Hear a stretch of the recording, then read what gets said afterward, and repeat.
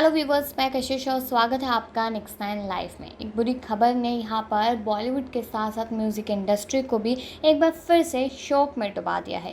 बताते चले कि मशहूर सिंगर भूपेंद्र सिंह का लंबी बीमारी के बाद निधन हो गया। वे 82 साल के थे।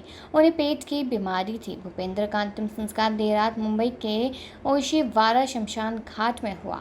क्रिकेटर एशिया हॉस्पिटल के डायरेक्टर डॉक्टर दीपक राम जोशी ने कहा, भूपेंद्र को 10 दिन पहले अस्पताल में भर्ती कराया गया था। उनके पेट में इन्फेक्शन था। इसी दौरान उन्हें कोरोना भी हो गया और उनकी सुबह सोमवार को हालत बिगड़ गई, जिसकी वजह से उन्हें वेंटिलेटर पर रखना पड़ा।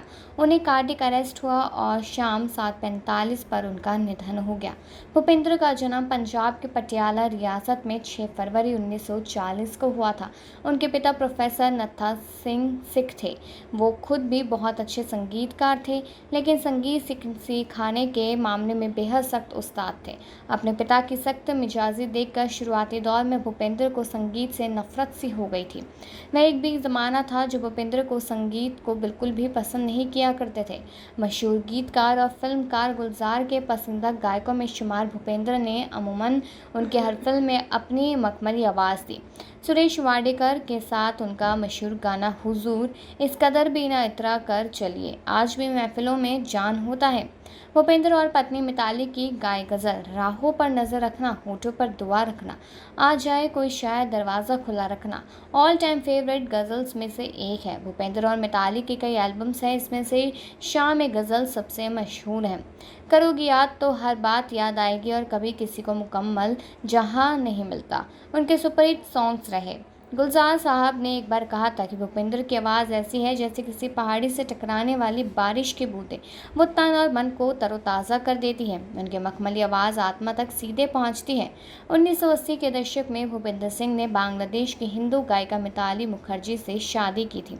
भूपेंद्र ने एक कार्यक्रम में मिताली की आवाज़ सुनी। इसके बाद मुलाकात हुई, जो बाद में प्यार में बदल गई। कुछ वक्त बाद 7 सुरों के हमरा ही असल ज़िंदगी में हम सफ़र हो गए। मिताली भूपेंद्र ने मिलकर सैकड़ों लाइव शो किए।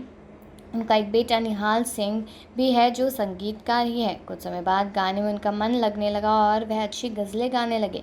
सबसे पहले उनकी गज़लें आकाशवाणी में चली। इसके बाद उन्हें दिल्ली के दूरदर्शन में अवसर मिला।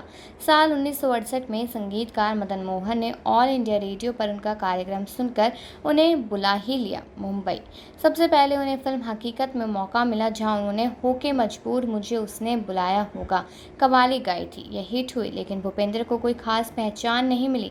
इसके बाद भी वो कम बजट की फिल्मों के लिए गज़लें गाते रहे। 1978 में उन्होंने वो जो शहर था नाम से गज़ल गाए, जिसके बाद उन्हें अच्छी खासी शोहरत मिली।